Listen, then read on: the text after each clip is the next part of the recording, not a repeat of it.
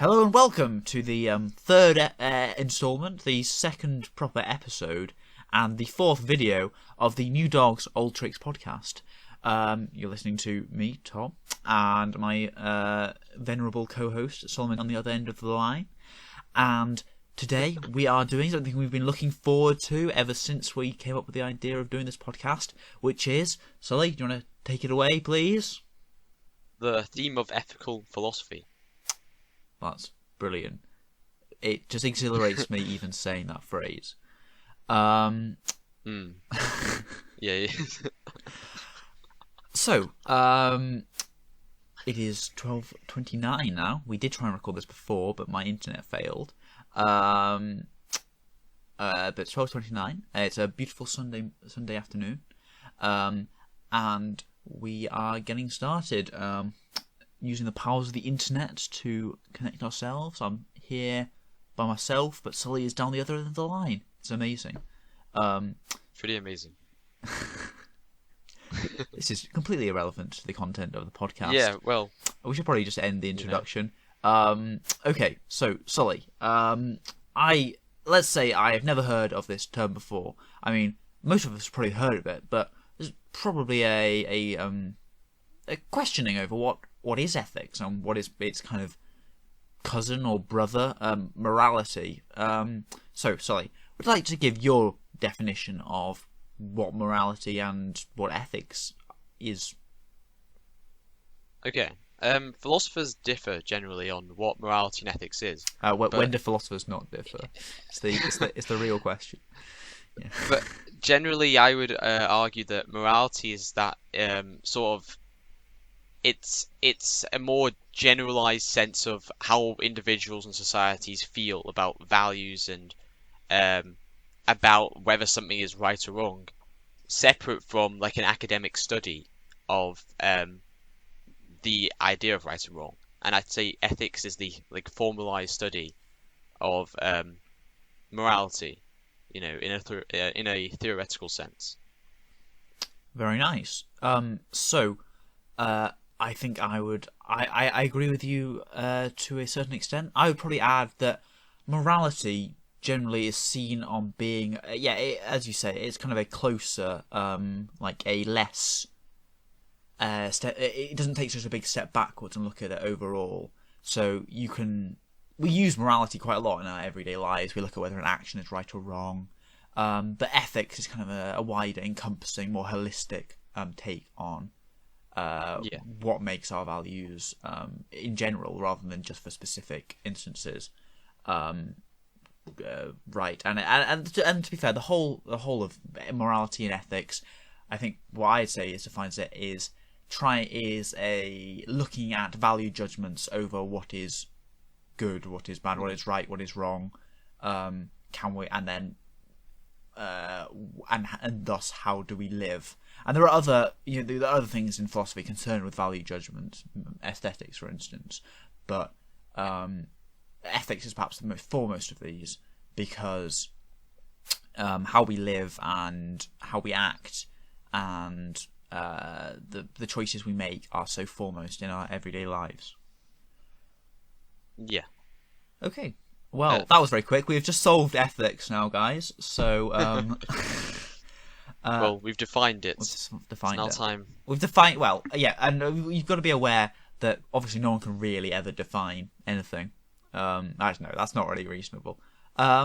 Just that definitions are very open to different, and they change over time. They're open to different interpretations. They change over time.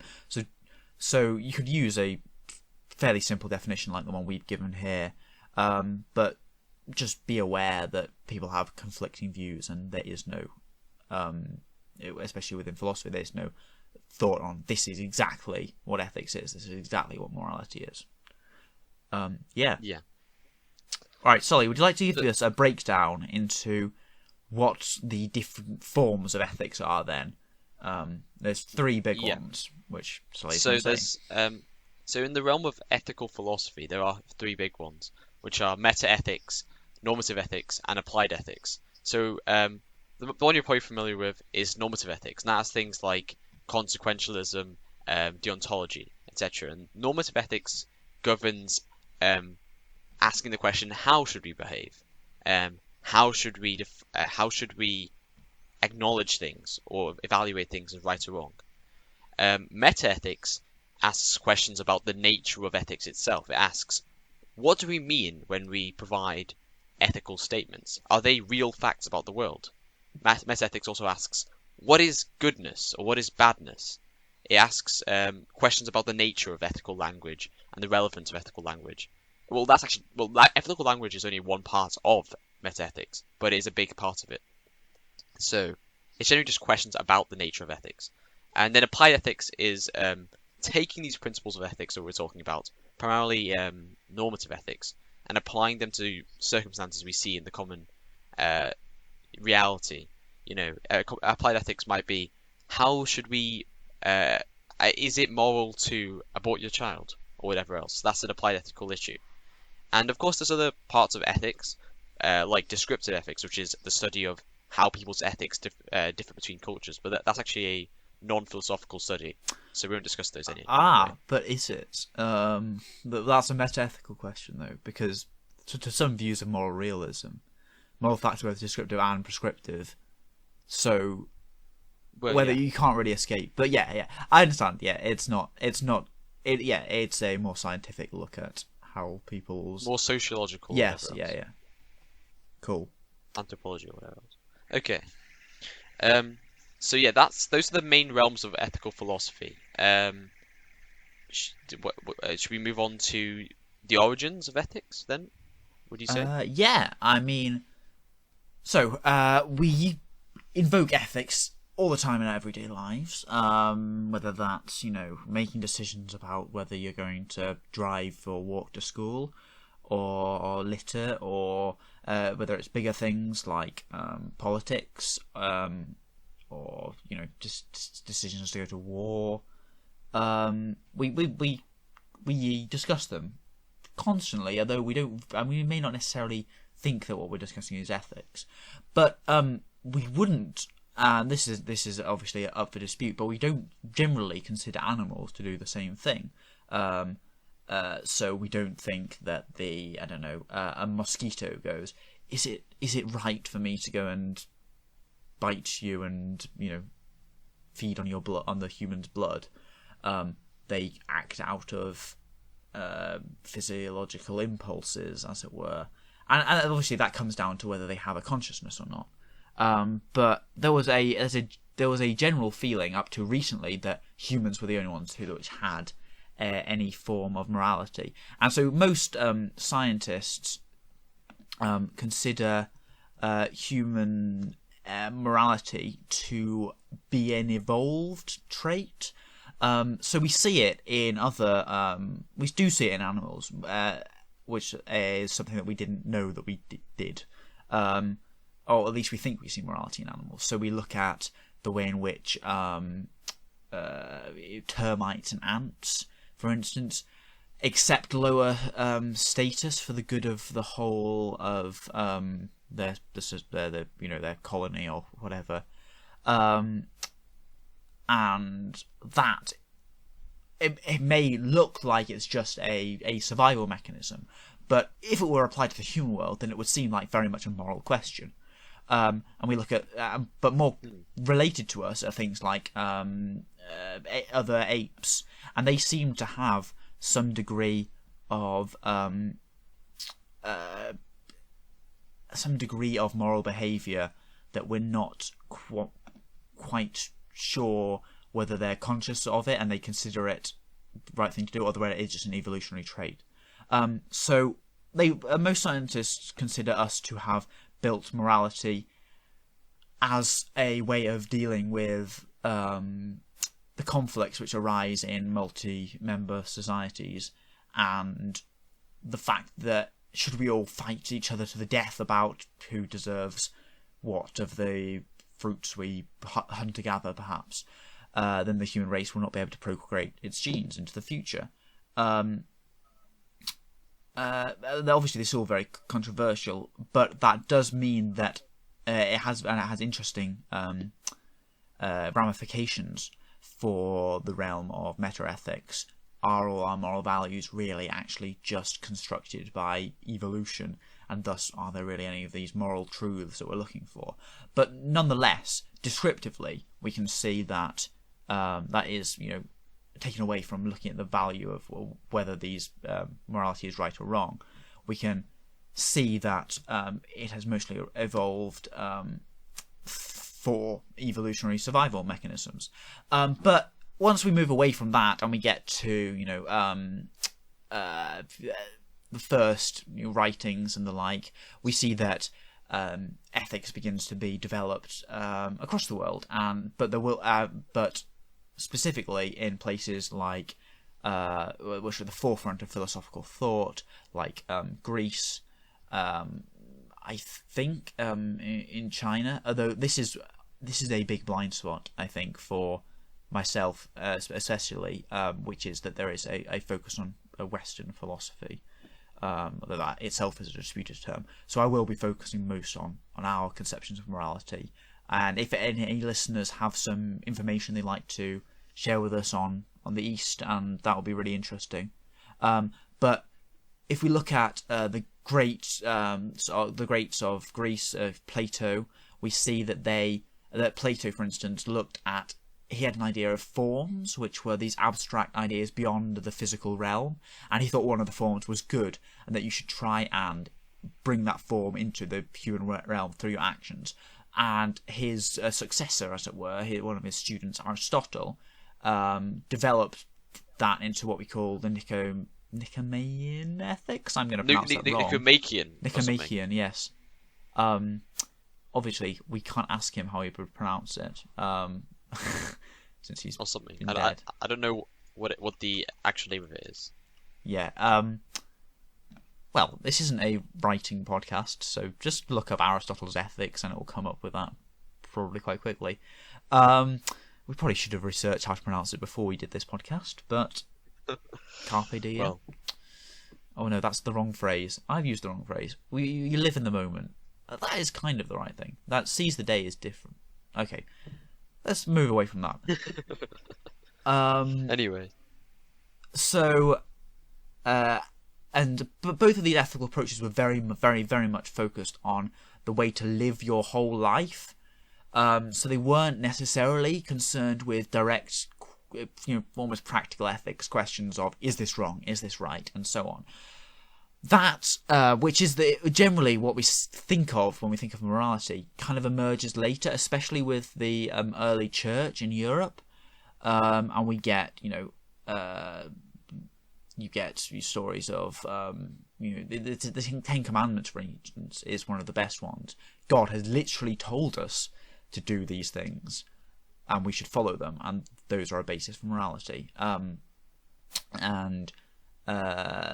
Then, in Western philosophy, you get natural moral law, which was the product of Aquinas, who was a 10th century? No, he was a bit later than that. 12th century monk, I think. Or, hang on, I shall just... I think... Can you remember what he was 13th century. 13th. Ah, well, third time's the charm. It wasn't either of the ones I was going for. But so he developed, he's kind of synthesized later ideas of reason and with older Greek ideas of eudaimonia, which is a thing we'll get onto, and the teaching of the church, and he creates this deontological, that is, rules based and more concerning the action rather than the whole life or the consequences of the action, and that has been the guiding moral principle for, especially in law, across the West for years, and the Catholic Church especially. And then later on you get this emergence, especially in the 18th century, with this new rationality and this desire to perhaps find things that are beyond just faith alone. You go. I was going to say, so with Aquinas, I'd say just to add. So the theories that preceded him were stuff like, for example, divine command theory, whatever, and much more religiously grounded approaches.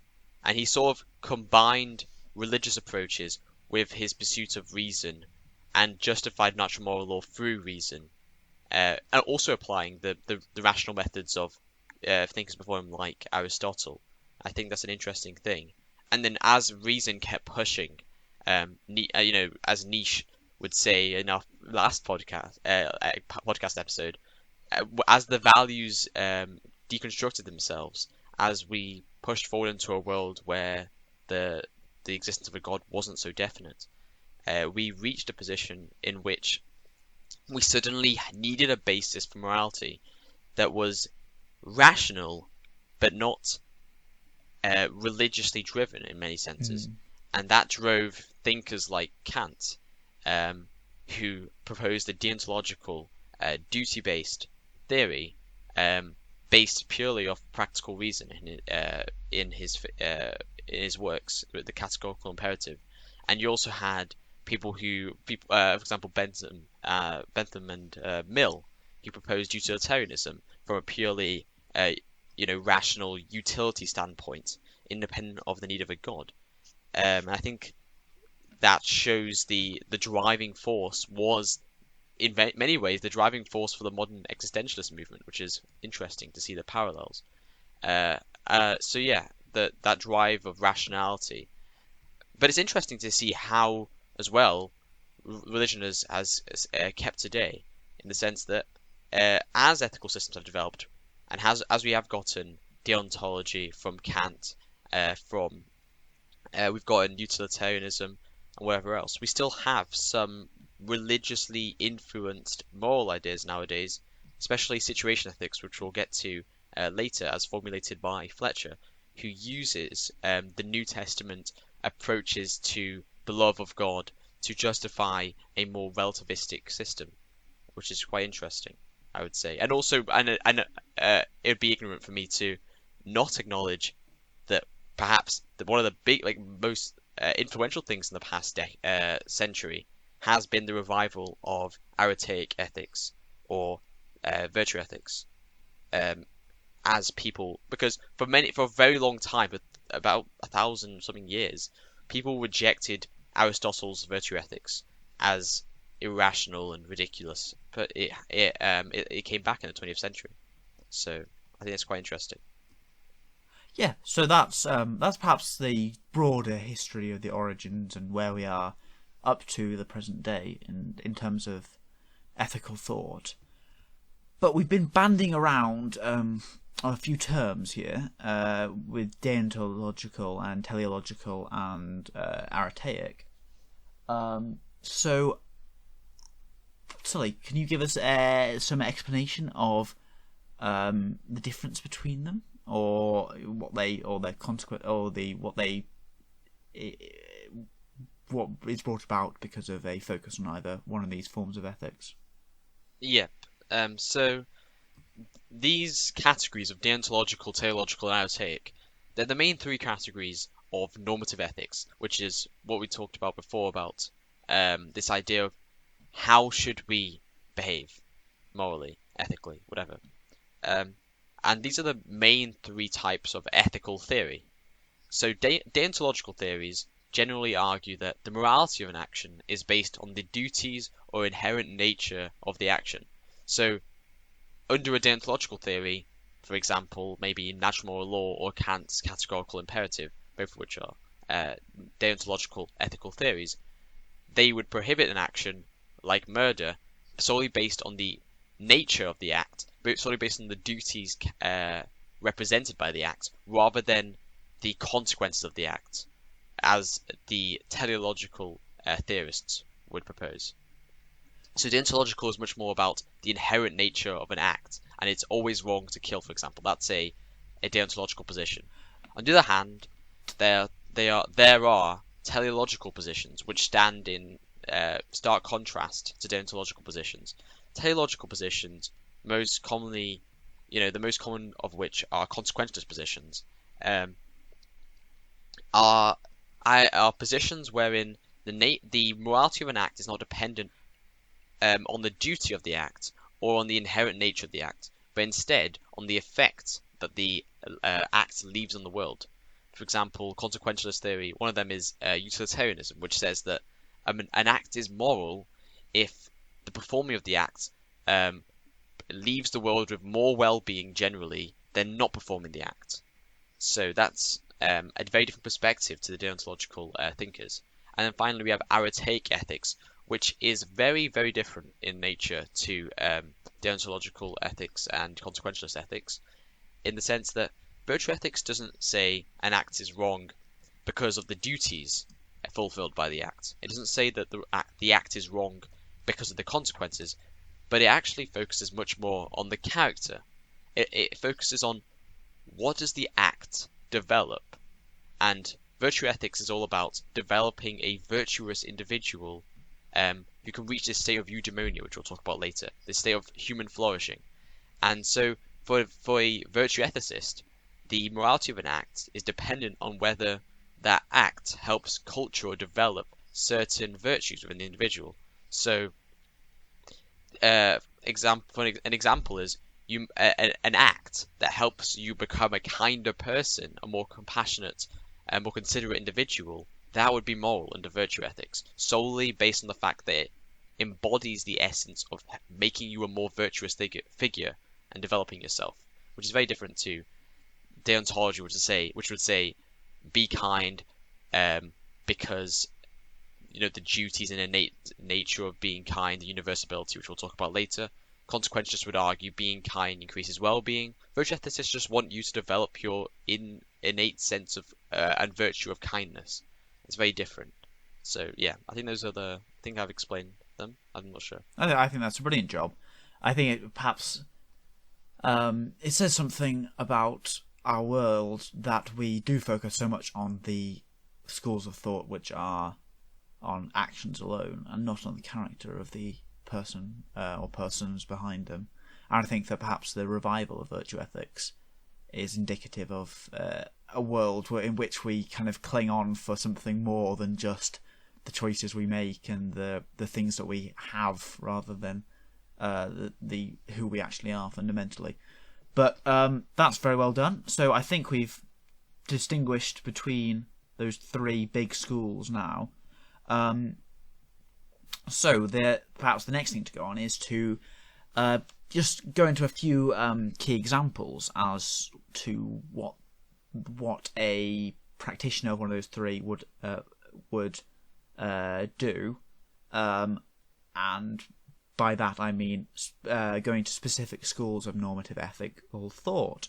So before we get into what they actually are and what they do, we should perhaps mention just a few names beforehand. So the ones we'll be mentioning here will be natural moral law, Kantian ethics, utilitarianism, and its kind of a consequentialist cousin, situation ethics, and then virtue ethics and a little bit of the ethics of ambiguity, which is something that I mentioned last fortnight in our existentialist episode.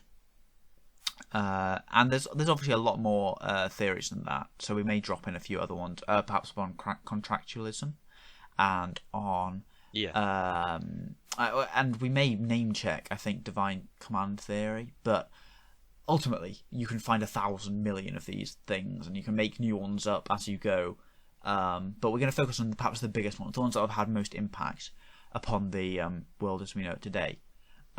So I think I'll start with the first key one here, which is natural moral law. So, what is natural moral law? Well, as I was saying before. Oh, sorry. Did you want to comment, Sully? No. So you just cut out for a second, and then now you're back. Oh, okay. All right. We've had a lot of internet problems. One day we shall be able to record at the same place at the same time, so then we won't have those issues. So, what is natural moral law? Well, natural moral law is something that was developed, as I said, by Thomas Aquinas, who was a, not 12th or 10th, but actually 13th century monk, I think? Theologian, at least. He wasn't a monk, was he? I mean, he probably was a monk, No. but I don't know. I mean, It doesn't matter I don't know. that much. We need to know his time and his place, but his exact role, I'm not sure is necessary, apart from the fact that he was a theologian. And so he looked at beyond the kind of conventional church's way of going, this is how you should act because God said so, which is a divine command theory. God says this, you must follow that. And try to blend in elements of old Aristotelian ethics, which, and of course at this time, just as we're emerging from the Dark Ages, we're seeing kind of and the old classical literature is being forced out by from the Byzantine Empire, etc., as scholars are fleeing because of the various wars and conflicts in that eastern region. You get this re-emergence of the Aristotle's ideas, and especially the idea of eudaimonia, that we have this flourishing of the human spirit, was what we should be aiming for. And of course, that relates to the flourishing that we need to get to God, as it were, which would of course been very keen to Thomas Aquinas, who was a religious man, a key member of the church. He was a saint as well. That's perhaps I'm getting confused with monks and saints, which are very much not the same thing. So he went and asked ourselves, what is our purpose? Do we even have a purpose at all? And he came up with the idea that our purpose was to find this eudaimonia, this state of happiness, and to flourish as human beings. And thus, if that was the aim of our life in the human realm, and then that would allow us to reach God and find our place in heaven afterwards. So you have this aim, and then you also have what he described as our fundamental inclination, which is what he considered what all humans would do and how they would act, regardless of society. And he considered that to be the good is done, and that evil is to be avoided. I have perhaps slightly twisted that. He thought that was the fundamental inclination of one who would be trying to reach eudaimonia. Obviously, there are evil people in the world, and perhaps that would relate to ideas of the devil and such in Christian theology. But nonetheless, someone who was reaching eudaimonia would follow this rule of that what is done is to be good, and that evil is to be avoided. So from that, and from his understanding of theology, he developed 5 primary precepts, which were the overarching goals that one should and has to follow, pretty much, to attain this eudaimonia, to follow one's natural inclination and to ascend to that higher level ultimately. So they were, I shall get through them briefly, self-preservation, so not dying, reproduction, and not killing other people, obviously. So self-preservation obviously includes not just yourself, but the whole of humanity. Reproduction, education of offspring, living as part of a society, and worshipping God. And he argued that since these actions led us to this state of these precepts led us to the state of eudaimonia, any actions that followed them would be intrinsically right. So those very actions were what he described as secondary precepts. They are the rules on the level below that we develop as a more practical way of explaining how to act morally. So, for example, do not kill, because that will break the primary precept of preservation of life. And you can find many of these, and a lot of them are related to biblical concepts. Do not adulter, because that breaks the whole reproduction of human life aspect of the primary precepts, and so on. Also breaks down society. Yes, that's very true as well. Yeah. And thus he built up this deontological, that is rules-based system. So what matters is that you observe. What matters is if you observe the rule, and that the action itself is what is good, rather than any consequences emanating from it. Of course, this leads to some issues where one has conflicting precept goals. For instance, to use one could be you've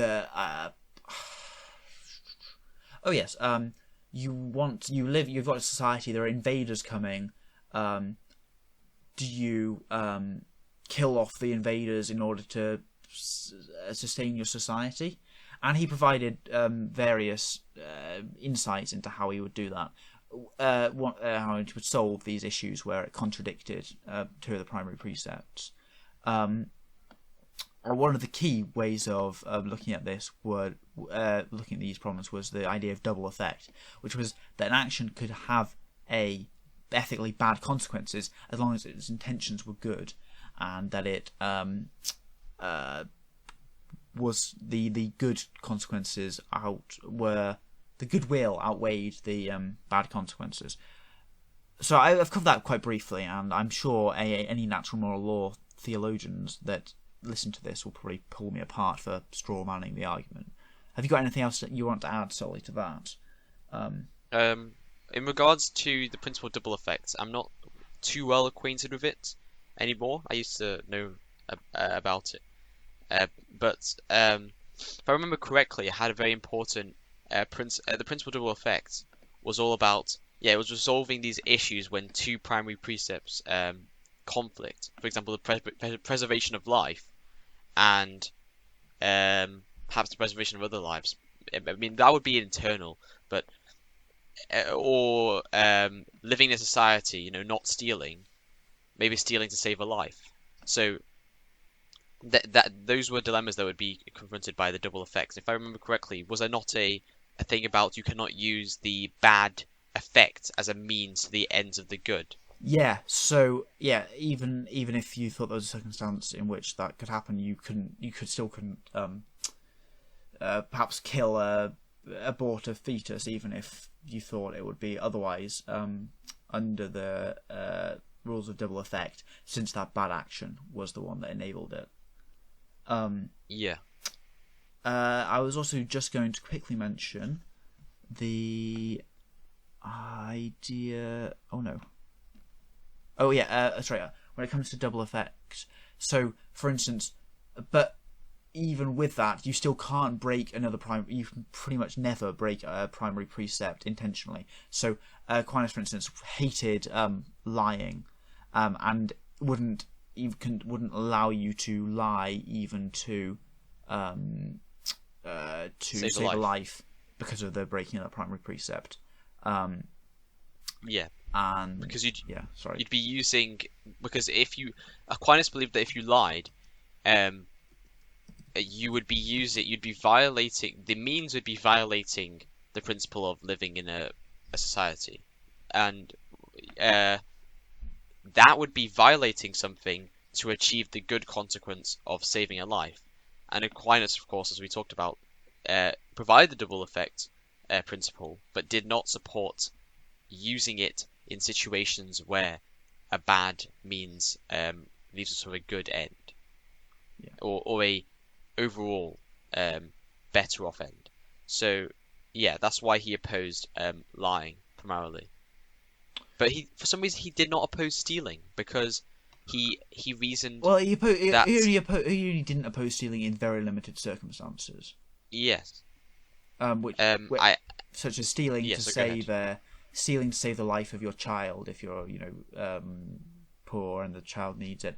He argued that the property actually becomes yours in that instance, and thus you are still allowed to take it. So I think that perhaps falls into one of the major criticisms of it, which is that it kind of has these things around the edges where you're not quite sure, even though it's supposed to be a deontological theory. The fact that it kind of wavers a bit makes it not very helpful, and it almost is as if Aquinas was looking for a theory that allowed him to already fit his own Christian views, and is just having opinions on certain issues and then rationalizing them afterwards. In for example, the whole idea about stealing when the property becomes yours. Yeah. So I think we've chatted about that for quite a while, especially since it is like the most boring of all the normative ethics ones, perhaps only more boring by utilitarianism. Oh, I'm not so sure about that one. I think situational ethics might be a bit more boring than that one. That's true. Yeah, as you can tell, we're taking this in an objective and impartial manner. Yep. There's no bias here. Nope. Okay. Kantian ethics then is the next one. Sully, you gave me a great talk about Kantian ethics, so I think you should definitely take this one, and I can interject if I have any objections or not. If it all sounds great to me. Yeah. So Kantian ethics is much more interesting to me, and this is the impartiality really showing through here. So Kantian ethics is purely derived from reason. Well, that was Kant's view at least, because Kant was very much interested by reason and practical reason and pure reason. He actually wrote a book called On Critique of Pure Reason. But anyway, he liked his practical reason, and he believed that we were sentient creatures, and that through the sentience and our free will, we would come to the elements of rationality in the world, and that upon using one's reason, one encounters the reality that they have to conform to some moral laws, and as such, there is a duty to follow the moral laws prescribed by reason. And Kant essentially categorized the ways in which reason commands certain morality of individuals, and he did this through the idea of imperatives. And we all know imperatives. Imperatives in the linguistical sense are when we command someone to do something. And Kant used them in a very similar way. Kant believed that reason commanded certain acts of us, and that's why he developed his ideas of the hypothetical imperatives and the categorical imperatives.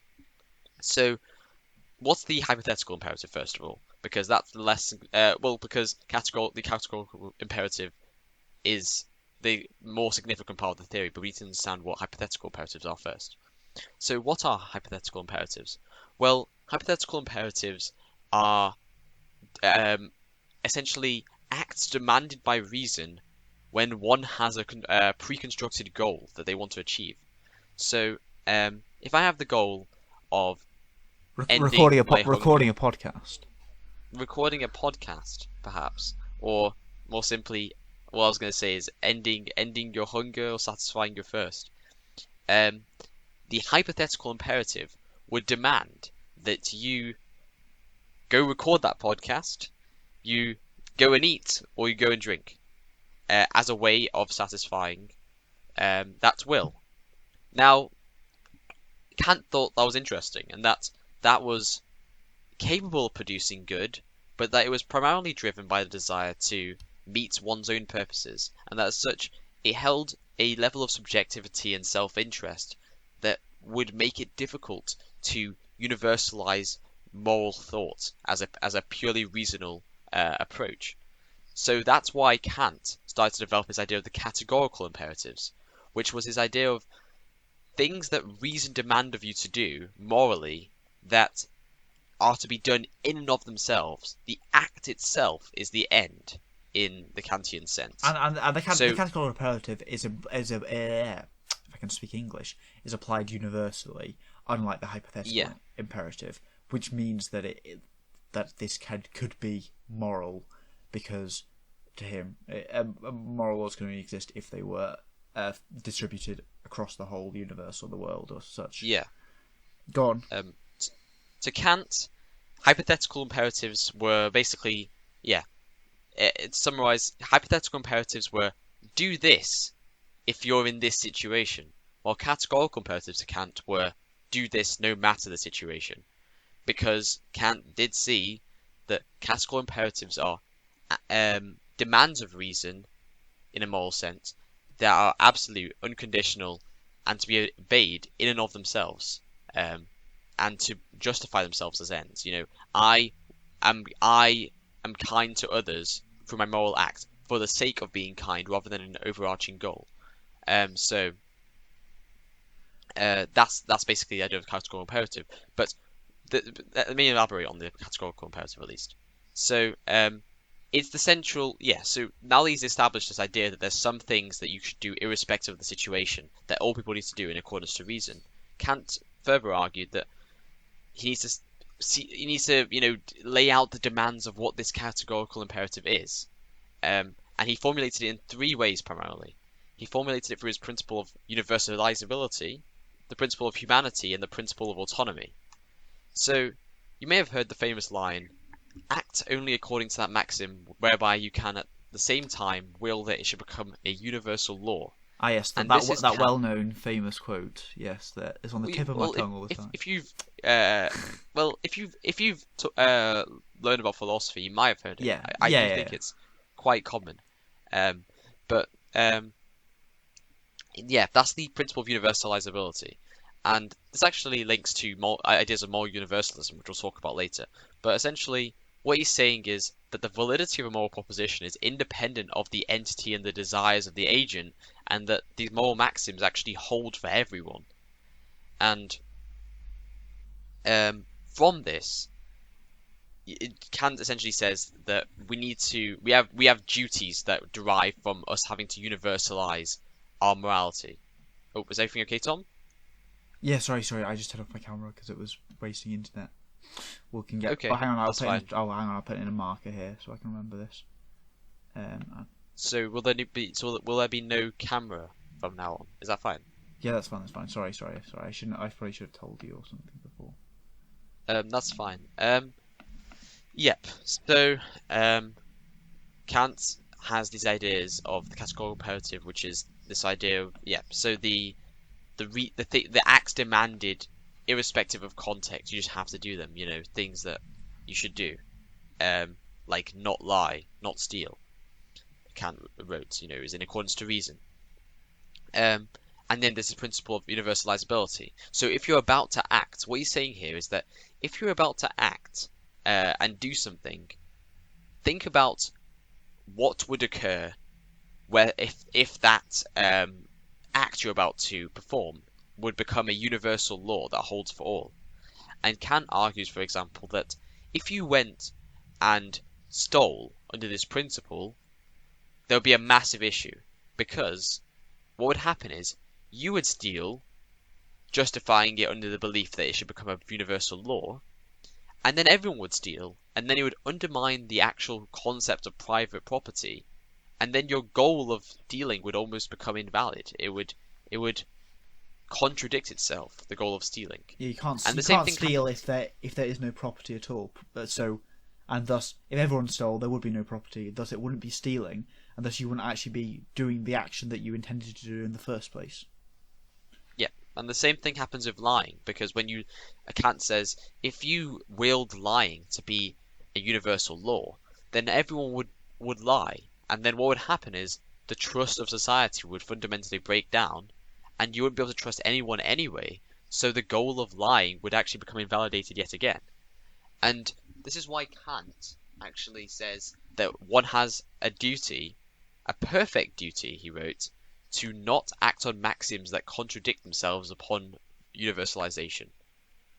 So do things that you could see every individual doing and still having a constructive, productive society.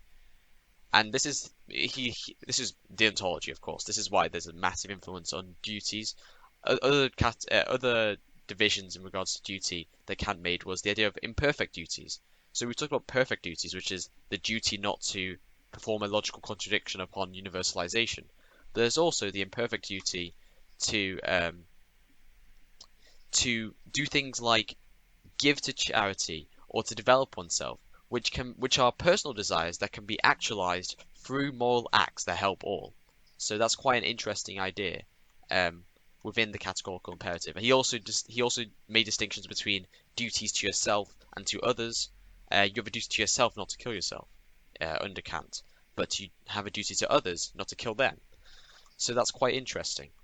But yes, that's the principle of universalizability. The second formulation, we just covered the first one. The second formulation provides the principle of humanity. So Kant, as we talked about before, was a firm believer in concepts such as free will, and he emphasized the importance of sentience and of our rationality, because if we weren't free agents, then it would undermine the whole idea of our reason is good and should be used to drive a moral system. So Kant, in believing that we all have free will, argued that we all need to respect this free will, and we need to treat people in a fair manner by essentially what he wrote was, you should not use others as a means to your end, because what that does is it strips that individual of their free will. It strips them of their human qualities by using them, by exploiting them. For example, a slave owner, in using their slave for labor, has stripped the slave of their own significance and importance in the world, and has used them as nothing more than a means to their end of riches or prosperity. So Kant argues that. Sorry, go ahead. I was just going to add, that doesn't mean that, for instance, one of the objections to that often invoked is that, okay, so I want to use a taxi, I want to go on in a taxi, for instance. Am I not using the taxi driver as a means to my end then? But the thing is that that doesn't actually fall under the purview of moral action. So that's not a moral or a immoral action. That just is, you're just a hypothetical imperative, rather than being categorical. And secondly, another defense of that is that actually you're both agreeing to use each other as means. Unlike the slave, he doesn't use the slave master as his means also, but the taxi driver uses you as their means to earn an income, for instance. Just that is often by new learners and myself included. I went, well, how does that work? But I think that's a criticism that doesn't really hold true. Carry on, Sully. Yeah. Sorry, you're doing a very good job. Well, because the thing is with exactly, with that the taxi driver or whatever else, that doesn't really fall under the moral question at all. When you engage in getting in a taxi, you don't question, what is the morality of me being in this taxi? You're moving towards a goal. It's not compatible with the categorical imperative, because categorical imperatives are acts that are performed irrespective of the context, while there you've done a hypothetical imperative in trying to reach the goal of getting to a location. So yeah, people who perform that criticism are they've argued it under a fallacy. So so Kant in the Principle of Humanity is just basically saying, don't exploit others for the pursuit of your ends, because what you've done is if you exploit someone for your end, you deny them of their human quality of free will, of their own importance, and in a sense you're actually violating the principle of universalizability by using other people and not caring about them and exploiting them. Because if we all did exploit others to our own ends, how was that universalizable? That would cause the breakdown of morality and society. So yeah, that's the principle of humanity. So so far we've talked about universalizing the maxim you have, and two, not using others to an end. The third one is the principle of autonomy. So Kant, he saw the principle of universalizability, which governs objective conditions in regards to, we objectively and theoretically talk about, would it be a contradiction to universalize this concept? So that's an objective condition. And then you have the principle of humanity, which is a subjective condition. In this subjective situation, am I exploiting someone? Am I using someone? It involves the problem of other people, and those govern the subjective conditions. And Kant combined them in a harmony, and he argued that if you want to universalize the will of the individual and also not constrain the will of others, then it's not good enough just to follow the moral laws. You have to impose the moral laws on yourself. So that was Kant's principle of autonomy. If you want to value the individual and their universalizability and their will without using them to an end, you have to let them come to moral judgments and moral acts of their own autonomy. So yeah, that is the general principle of Kantian ethics, I'd say. Yeah. I would just add that the difference I would say between him and Aquinas would be in their idea of intentions. So to Aquinas, the point of moral of reasoning and the development of ethics was to provide a pathway for us to reach eudaimonia. Kant, on the other hand, was looking for what is good, and he considered the only good thing that is purely good of its own being is the goodwill itself. So the only thing that truly on its own kind is good is your intentions to others and your duty to them, because other virtues, pleasure can always be turned into something that is bad. Pleasure, it's taking pleasure at someone else's suffering, for instance. And so the fact that the goodwill is this single thing that is better than everything else meant that intentions were what's most important to Kant. Hence why it's a deontological system, and secondly, why it differs in its conclusions it draws from natural moral law. But I think that's quite a lot of Kant we've done there. So shall we move on to utilitarianism and situation ethics? I think we can. Yeah, we can. We can mix them a little bit. Thank you for listening to this episode of the New Dogs Old Tricks podcast. Check out the next one. It's on utilitarianism and the rest of the other key normative ethical theories that we haven't discussed so far.